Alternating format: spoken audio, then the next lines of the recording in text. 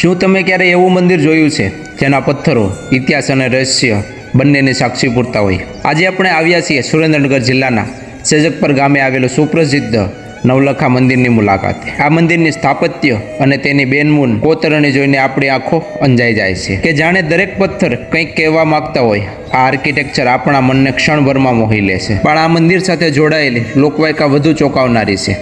કહેવાય છે કે આ વિશાળ અને ભવ્ય મંદિરનું નિર્માણ કોઈ માણસોએ નહીં પણ ભૂતોએ માત્ર એક જ રાતમાં કર્યું હતું. ભલે આ વાત લોકવાયકા હોય, પણ અહીંની શાંતિ કંઈક અલગ જ અનુભવ કરાવે છે. મંદિરના પ્રાંગણમાં પગ મૂકતા જ એક અદ્ભુત શાંતિ અને પોઝિટિવ ઉર્જાનો અનુભવ થાય છે. આ નવલખા મંદિરમાં પ્રાચીન સમયમાં કોણ બિરાજમાન હશે તે આપણને ખબર નથી પડતી, કારણ કે અત્યારે આ મંદિરમાં કોઈ પણ જાતની મૂર્તિ જોવા નથી મળતી. પરંતુ હું મારા અનુભવથી કહું છું, હું આ પાંચાળ પ્રદેશ ફર્યો, મેં એટલા નવલખા મંદિર જોયા. હું મારા અનુભવથી એ પાક્કું કહીશ કે ચોક્કસ કહીશ કે આ મંદિરમાં મહાદેવ બિરાજમાન છે, મહાદેવની શિવલિંગ બિરાજમાન છે. તમે કહેતા છો કે તમે એટલું પાક્કું સાથે શા માટે કહો છો? ચાલો હું તમને આ મંદિરમાં એવા સબૂત બતાવું કે તમને પણ વિશ્વાસ આવશે કે નહીં, અહીંયા પ્રાચીન સમયમાં મહાદેવ પણ બિરાજમાન છે. આપણા સનાતન ધર્મમાં એક જ એવું મંદિર છે જે મંદિરમાં આપણને ગૌમુખ જોવા મળે છે. હું તમને ગૌમુખ બતાવો. જુઓ મિત્ર, આ મિત્રો ગૌમુખ છે. જુઓ, તમને અંદર જઈને પણ બતાવીશ. આ ગૌમુખ છે. આપણા સનાતન ધર્મમાં મહાદેવના મંદિરમાં જ તે આપણને ગૌમુખ જોવા મળે છે. અને હું આટલા નવલખા મંદિર ફર્યો, બધા જ મંદિર મહાદેવના જ મંદિર નીકળ્યા છે.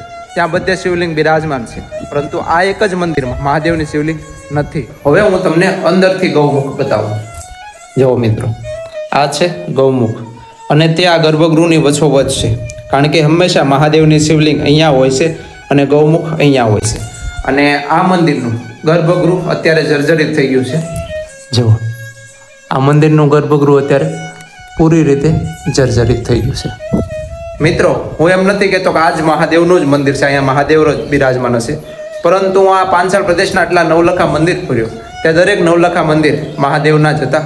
એમની કોતરણી સેમ છે, અહીંયાનું જે કામકાજ છે તે બધું જ સેમ છે. એટલા માટે મેં અનુમાન લગાડ્યું છે કે આ મહાદેવનું મંદિર છે. પાક્કું નથી કહેતો કે આ મહાદેવનું મંદિર જ છે. જો તમે ઇતિહાસ અને સ્થાપત્યના શોખીન હો તો આ સ્થળ તમારી યાદીમાં ચોક્કસ હોવું જોઈએ.